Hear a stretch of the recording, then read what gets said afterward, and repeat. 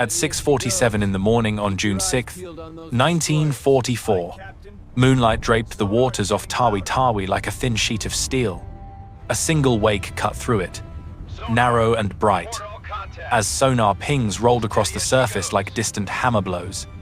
In the cramped conning tower of an American submarine, a commander watched 3 destroyers sweep the sea with the patience of hunters who believed the night belonged to them.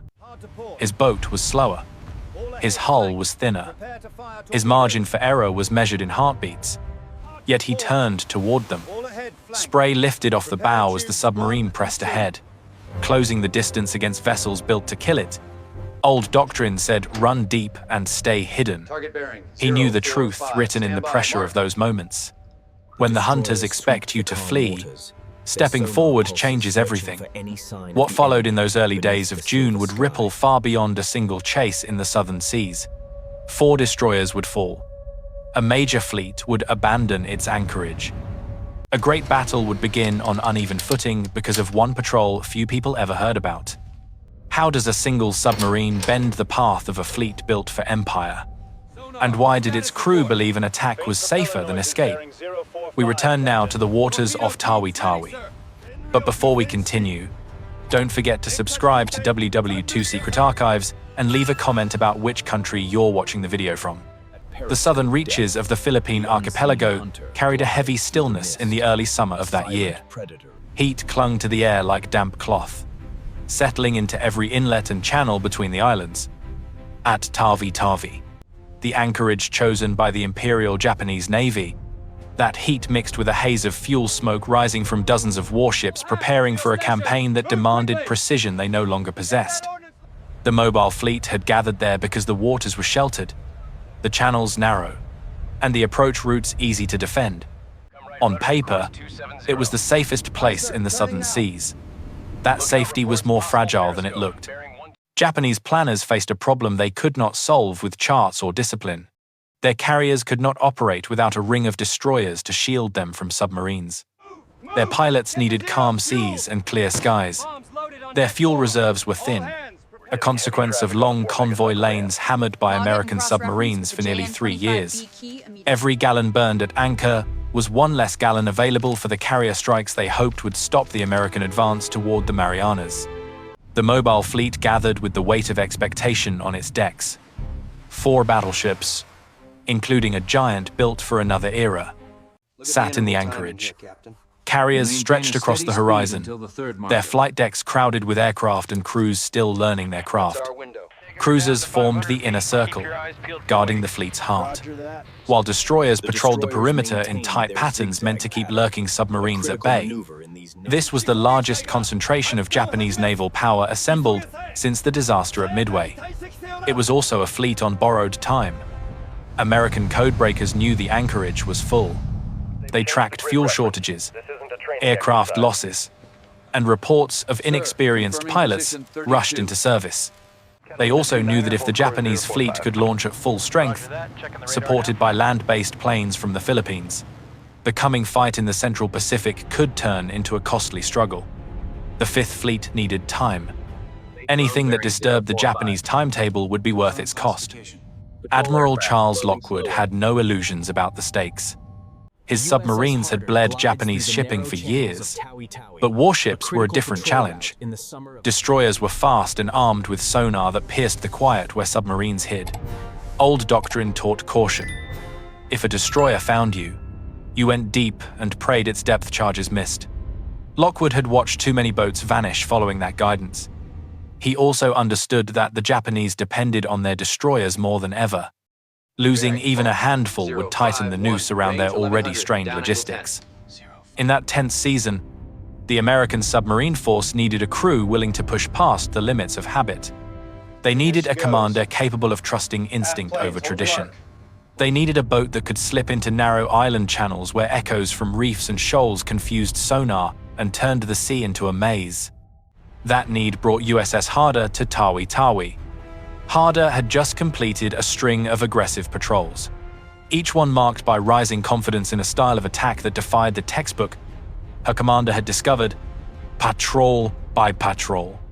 The Japanese destroyer captains reacted with a predictable hesitation when confronted by a submarine closing the distance instead of running away.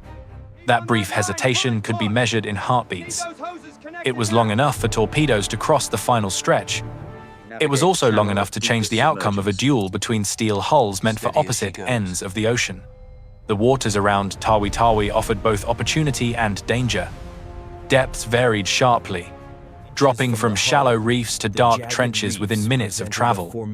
Visibility below the surface shifted with sunlight, and the flow of silt from distant islands. Patrol planes circled overhead at dawn and dusk, their engines humming across the horizon like reminders of the risk. Destroyers prowled every channel, zigzagging through predictable search patterns. The Japanese believed these patterns were tight enough to screen the anchorage from intruders. Harder would test that belief. What made this moment critical was not just geography. It was timing. Operation Ago, the Japanese plan to strike the American fleet as it advanced toward the Marianas, depended on synchronized movement. Carriers would launch aircraft from carefully chosen ranges. Land-based squadrons would reinforce the attack.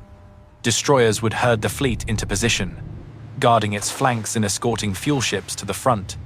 The plan assumed days of preparation, scouting flights, and long hours of controlled movement. A single disruption could unravel that plan. Every destroyer assigned to patrol duty at Tawi Tawi played a role in holding the schedule together. Losing even one meant shifting assignments. Losing several forced the Admiralty to choose between escorting carriers or protecting convoys, between guarding their perimeter or preserving their dwindling fuel fleet. The mobile fleet could not afford delays. Yet it was anchored in a place where a patient submarine might reach out and take a piece from its armor. Harder's arrival brought that threat into view. American planners understood that the submarine's strength was not merely its torpedoes. It was its ability to appear where it should not be. It was the capacity to interrupt the rhythm upon which a fleet depended. If Harder could slip through the patrol lines and strike a destroyer, the effect would echo far beyond the loss of a single ship. It would force the Japanese to reconsider the safety of their anchorage, their patrol routes, and their timetable. It could push them onto the open sea before they were ready. Harder's crew knew the risks. Tawi Tawi was ringed by patrol zones that grew tighter with every passing week. Pilots flew constant circuits overhead. Destroyers practiced coordinated attacks, working in pairs and trios. Sonar operators were alert, knowing that any contact could be the submarine they had been warned about. The anchorage was a fortress built on the assumption that submarines would avoid its narrow waters. Harder approached with the intent to break that assumption. In the days before the first encounter, the submarine moved carefully through currents that pushed against her hull and carried her wake into brighter patches of water. Her crew tracked the rhythm of destroyer patrols, memorizing the turn intervals and the speed changes that marked a search pattern. They recorded the drone of patrol aircraft and timed their dives beneath the paths of those engines. The submarine became a shadow moving through a maze drawn by enemies who believed they had sealed every exit. The stakes rose with every mile. The mobile fleet was preparing to move. The American Fifth Fleet was preparing to meet it. Between them lay a narrow window where a single submarine could shift momentum. Harder was not sent to defeat the fleet. She was sent to disturb its balance, to cut at the threads holding its plan together, and to do it in waters where even silence could be deadly. Before the first torpedo left her tubes, the fate of carriers and pilots and far-off battles depended on whether a single submarine could slip close enough to strike without being crushed in return. The sea around Tawi Tawi was about to become the place where doctrine met desperation, and where a slow, patient boat would test the strength of a fleet poised for a major battle it believed it could still win. The sequence began before sunrise on the 6th day of June, when the sea south of Tawi Tawi held a faint silver glow. At exactly 0647, Harder moved at periscope depth, her hull slipping through calm water as the first hint of daylight touched the horizon. 3 Japanese destroyers had been dispatched in the early hours to locate the submarine, whose trail had been sighted by a patrol aircraft shortly after 0300. They moved at high speed, cutting long arcs across the sea as their sonar pings rolled outward in steady pulses. The lead destroyer, Minazuki, approached from the northeast at roughly 30 knots. Through the periscope, the commander watched her bow lift and fall. Steady in the thin morning light, Harder turned to meet her. The distance closed to just over 1,000 yards. The destroyer held her course in a classic down-the-throat angle, leaving a narrow window of approach. Harder fired 4 torpedoes. The submarine immediately drove down at a steep angle, the bow tilting sharply as the crew braced for the counterstrike. Roughly 40 seconds later, 2 explosions broke through the water. A third followed almost instantly, lifting Harder's stern before it crashed back down. Minazuki split amidships and went under within minutes. The sea calmed again, leaving only smoke drifting above scattered debris. Night fell on the 7th day of June with no moon and heavy cloud cover. Harder surfaced at roughly 0230 to ventilate and begin charging batteries. The air was warm and thick. The sea lay flat. At 0312, the radar operator called a contact bearing 095, range approximately 8,000 yards, closing fast. The target's speed, close to 28 knots, made its identity plain: a destroyer. It was Hayanami. She had been searching for American submarines since shortly after 0100 and had received orders to return to base around 0300. Her captain had begun the final transit home. Harder increased speed to reach the destroyer's radar blind arc before she could recognize the threat. The submarine pushed forward, climbing toward her maximum surface speed of just over 20 knots.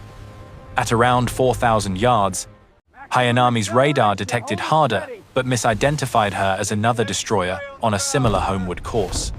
That mistake lasted only moments. When the distance fell to roughly 3,000 yards, the Japanese captain realized the truth and ordered flank speed with a hard turn to ram. Harder held course. At slightly over 2,000 yards, she fired 4 torpedoes. 2 struck Hayanami's starboard side near the aft magazine. The explosion sheared the stern away. The destroyer rolled nearly 90 degrees, propellers still turning as she slipped underwater stern first. Her captain and nearly 150 sailors were lost. The 8th day of June brought patrol conditions shaped by tide and terrain. The Sibutu Passage was narrow, with shifting depths and currents that could bend a submarine's wake in unpredictable arcs. Around 1400 hours, Harder's lookout sighted 2 destroyers patrolling the passage in standard formation. The vessels moved at roughly 25 knots and performed regular zigzag maneuvers, altering course almost every 8 minutes. Harder tracked their pattern from a submerged position, mapping the timing of each turn. Shortly after 1630, one of the destroyers, Tanikaze, altered heading and began a direct approach toward Harder's projected position. The distance fell to 3,000 yards, then 2,500, then 2,000. At roughly 1,200 yards, Harder fired 4 torpedoes in a spread with 17-second intervals. 1 torpedo passed wide. The next 2 found the destroyer, one striking near the bridge, the other hitting a forward magazine. The explosion was immense, loud enough to be heard inside Harder even with every hatch sealed. Tanikaze broke into 2 major sections that sank within moments. The surviving escort charged Harder's presumed firing position and released a series of depth charges. Harder dropped toward 400 feet, her crew enduring the violent pressure shifts as explosions erupted above. The submarine shook under the hammering concussions, but the hull remained intact. After roughly 40 minutes of searching, the escort withdrew. The 9th day of June began before dawn.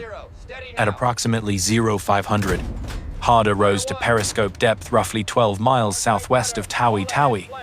In the dim light of early morning, 4 destroyers appeared in line abreast formation, moving steadily and sweeping the sea with active sonar.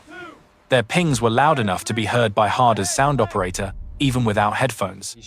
Harder carried only 8 torpedoes. The commander studied each destroyer carefully. The lead vessel zigzagged sharply. The second maintained a consistent course. That steadiness made her the most reliable target. Harder maneuvered into firing position as the destroyers advanced. The sea held a grey stillness as the distance tightened. At 0612, with the range near 4,000 yards, Harder held fire. 3,000 yards, then 2,500. The destroyer turned toward Harder. The submarine waited through the final seconds as her bow aligned with the target. At roughly 1,800 yards, Harder fired 3 torpedoes. All 3 struck the destroyer's port side within a brief interval. The resulting explosion sent debris high into the air and broke the vessel's structure. She rolled and sank in well under 2 minutes. The remaining destroyers converged at once. Harder descended toward 500 feet. Depth charges detonated in rapid bursts. 23 charges fell in the first 10 minutes. The lights failed. Emergency circuits switched on. A pipe in the forward torpedo room ruptured, spraying seawater across the deck. For nearly 2 hours, the destroyers circled and attacked. Eventually, their depth charge supplies ran out, and they retreated north. 4 destroyers had been lost in 4 days. This sequence reached Admiral Ozawa the following morning. Each loss reduced the mobile fleet's escort strength. More important, the presence of an American submarine close to the anchorage signaled that the fleet's position was compromised. Operation Ago required precise timing. The plan called for departure around the 15th day of June, but the escalating submarine threat forced Ozawa to act. On the 10th day of June, shortly after 0800, the mobile fleet departed Tawi Tawi nearly a full week ahead of schedule. This early departure reshaped the coming battle in the Philippine Sea. Japanese reconnaissance flights burned precious fuel with limited results. Destroyer screens were scattered across multiple patrol zones, reorganizing as they moved. Supply ships lagged days behind. When American carriers located the fleet on the 19th day of June, Japanese aircraft were still launching and Japanese picket lines were still forming. Harder did not know any of this. Her final engagements of the patrol unfolded on the evening of the 10th day of June.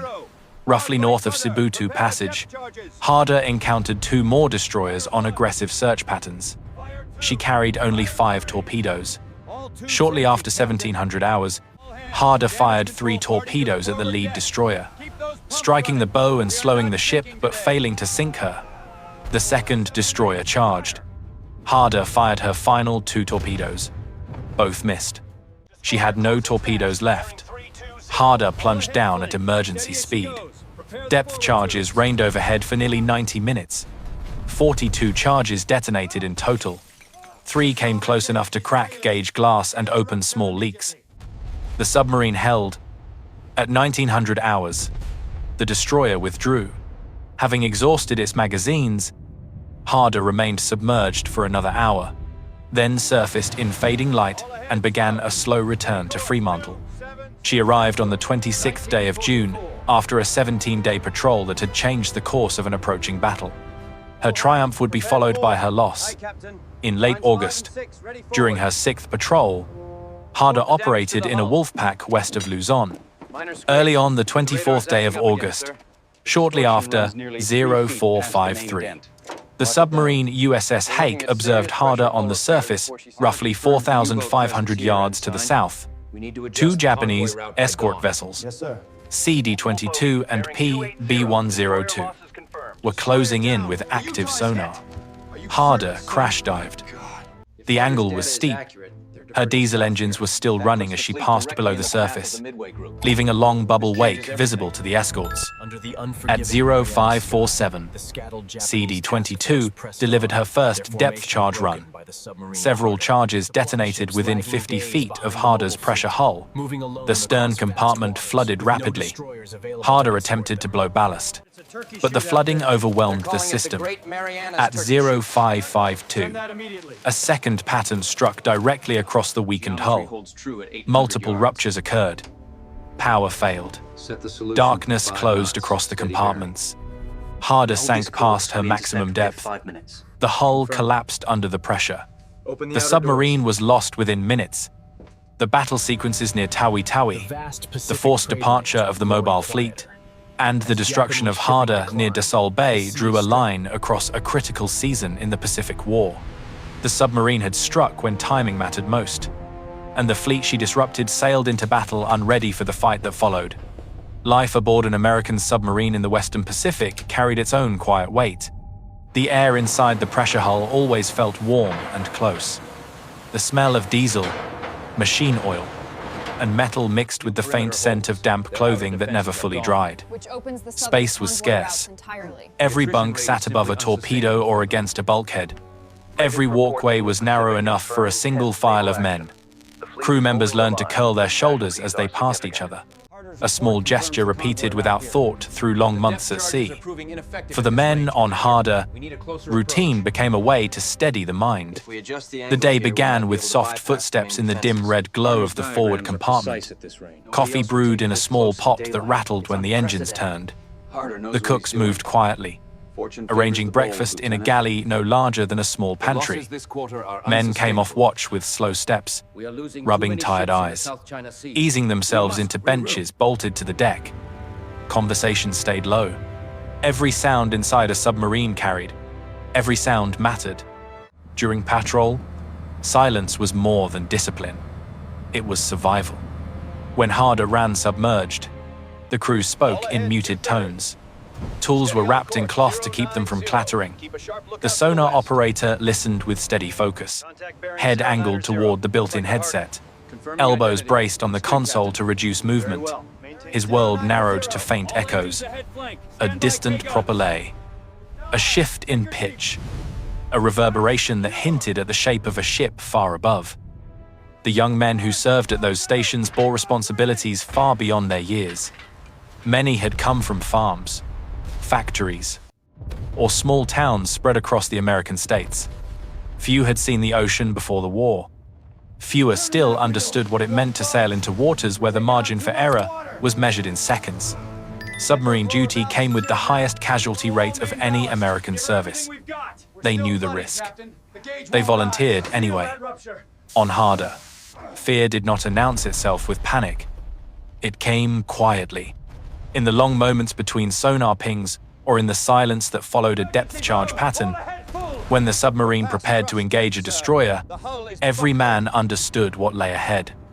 A down-the-throat attack meant closing distance against a fast warship built to kill them. It meant trusting the commander's judgment and their own muscle memory. It meant the knowledge that if a torpedo failed to run true or struck too shallow or too deep, the destroyer would drop explosives directly overhead. In those seconds before firing, the control room grew still. Officers leaned over plotting tables, whispering range and angle. The helmsman steadied the bow. The diving officer watched depth gauges with a hand resting on the trim wheel. No one raised his voice. No one broke the rhythm. Years later, survivors from other boats would recall those moments as the quietest in submarine life. A silence so complete that even the low hum of the electric motors felt louder than it should. When the order to dive came, the calm broke. The bow dipped. Loose items shifted. The hull creaked as pressure increased. Men braced their feet and gripped the nearest handhold. Above them, destroyers pounded the water with depth charges. The explosions hit like heavy fists. A bright flash might shatter a bulb. A pipe might burst and spray cold seawater across the deck. Cork insulation drifted from the overhead. Each concussion rolled through the compartments like a giant breath pressed against the steel. Yet during the long minutes of an attack, fear mixed with a disciplined focus. Crew members checked valves by touch. They steadied equipment. They whispered damage reports into the intercom. Every action mattered. When the sonar operator called out "echo fading," a slow breath filled the control room. The destroyers had moved on. Harder lived to fight again. Between attacks, life settled back into its confined rhythm. Men wrote letters knowing they would not be mailed until the patrol ended. They swapped stories of home, sometimes in quiet tones, sometimes in short bursts of laughter that eased the tension of long days in the deep. A radio man might read a worn book between transmissions. A machinist might tune a pump that never quite behaved. A cook might prepare a meal meant to lift spirits on a day when the submarine had endured too much. They were young, yet the sea made them older than their years. During Harder's most dangerous patrol, the crew learned to read the commander's expression as much as his orders. When he stepped into the conning tower, they sensed the shift in air. When he placed a hand on the periscope grip, they understood the geometry of the next few minutes. Trust ran through the submarine like a current. They trusted each other to load torpedoes in darkness. They trusted each other to hold the boat level during a crash dive. They trusted each other to stay calm when the hull groaned under the weight of deep water. The cost of that trust was never hidden from them. They knew the names of boats that had not returned. They remembered the stories told at Fremantle or Pearl Harbor when a submarine was declared overdue. A patrol might last weeks. A loss could last a lifetime. Harder's final moments in August carried that weight in full measure. When the submarine crash-dived south of Dassol Bay, the crew moved with the instinct of men who had drilled for every emergency. They heard the first depth charges explode above. They felt the stern shake under the force of the near hits.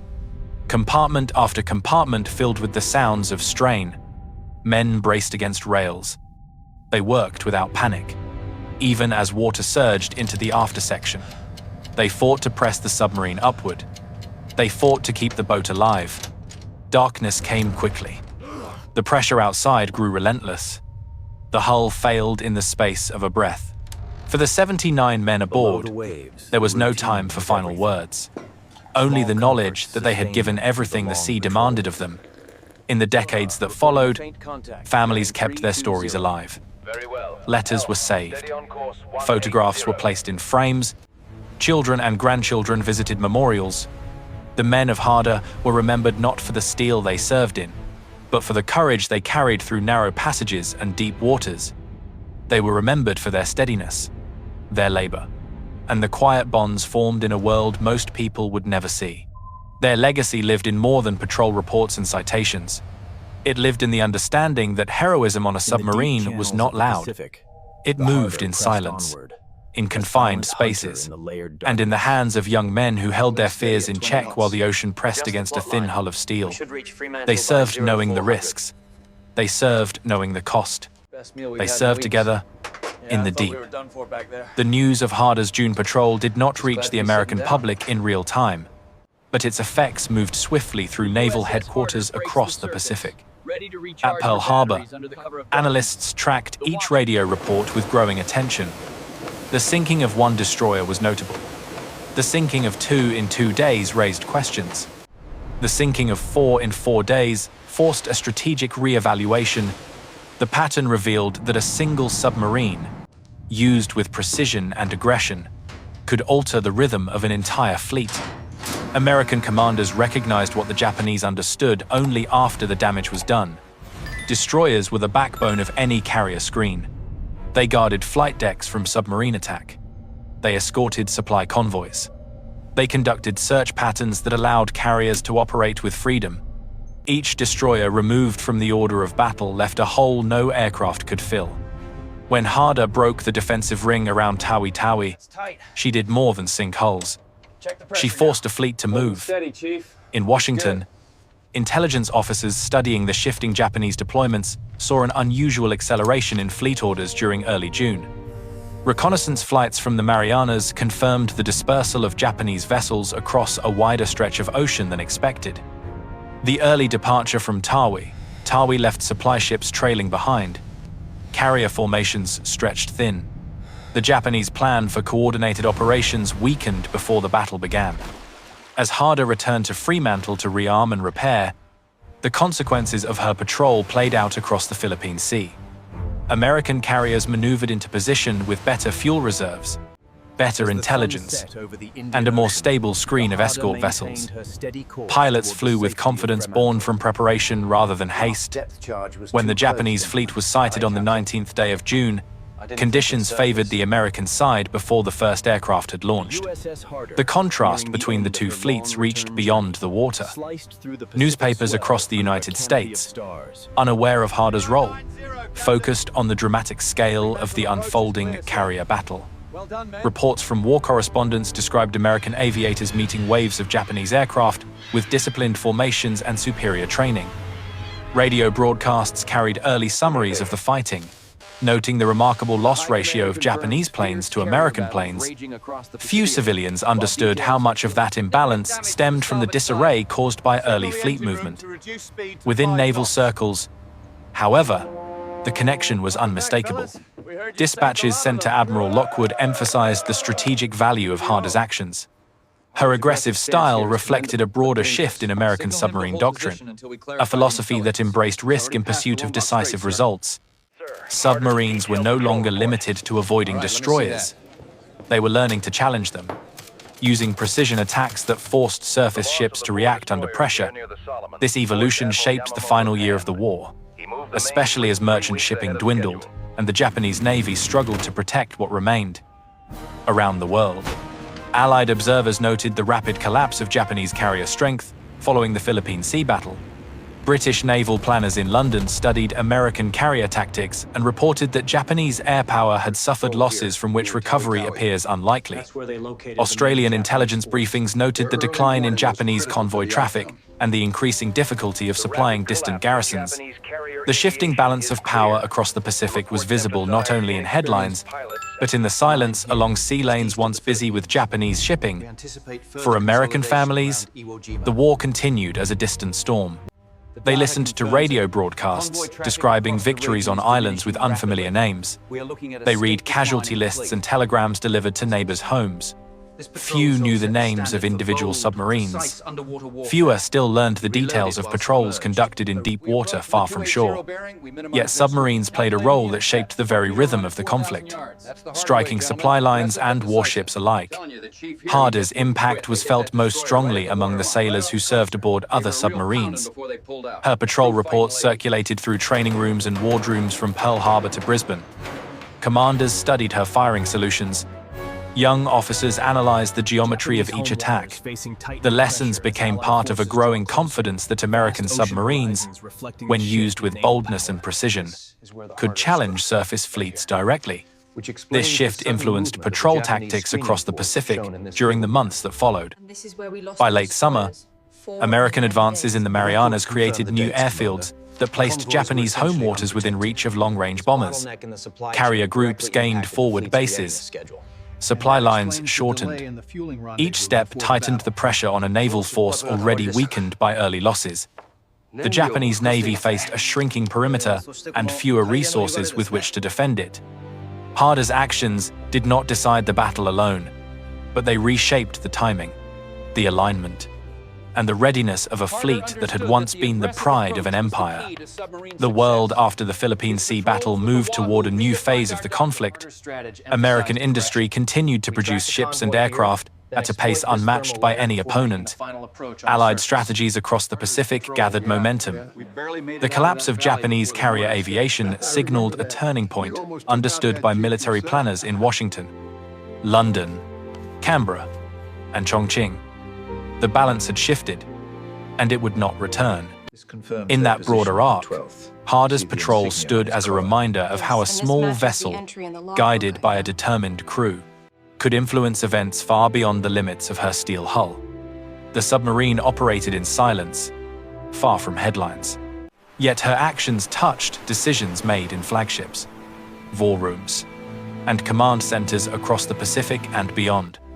The trajectory of Harder's story stretches across the Pacific like a narrow wake that refuses to fade. Her patrols began as one more thread in a vast naval campaign, but they grew into something larger, something that reached beyond the steel of a single submarine. The battles she fought near Tawi Tawi reshaped more than local waters. They altered the timing of a major fleet movement, shifted the balance of a crucial engagement, and demonstrated that a small crew operating in silence could influence decisions made far beyond their horizon. When Harder sailed from Fremantle after her June patrol, the crew carried both pride and fatigue. They understood the danger of returning to sea. Submarine duty offered no illusions. Every man knew the risks held beneath each dive. Yet they accepted the next mission with the same quiet resolve that had carried them through narrow passages and rising pressure. They followed a commander who believed that aggression, executed with precision, could break the rhythm of enemy forces, and time proved him right. Harder's final patrol ended in darkness south of De Sol Bay. The sea closed over her hull, sealing the fate of 79 men whose courage had shaped one of the most consequential submarine operations of the war. Their loss was not announced with fanfare. It arrived as a brief notice, a line in a wartime bulletin, a conclusion marked by respect rather than detail. Families learned of the loss through telegrams that left questions unanswered. Only after the war did the full account find its way into official records. In the years that followed, naval historians traced the effects of Harder's contributions with clarity. They saw how 4 destroyers lost in 4 days forced the Japanese mobile fleet to depart Tawi Tawi early. They studied the consequences of that timing on reconnaissance, fuel, readiness, and fleet alignment. They connected these factors to the outcome of the Battle of the Philippine Sea. They noted how American submarines, encouraged by Harder's example, began adopting more assertive tactics against warships, leading to a shift in doctrine that influenced the final year of the conflict. Yet the deeper meaning of Harder's story lies not only in tactics or outcomes. It lives in the quiet courage of the men who served aboard her.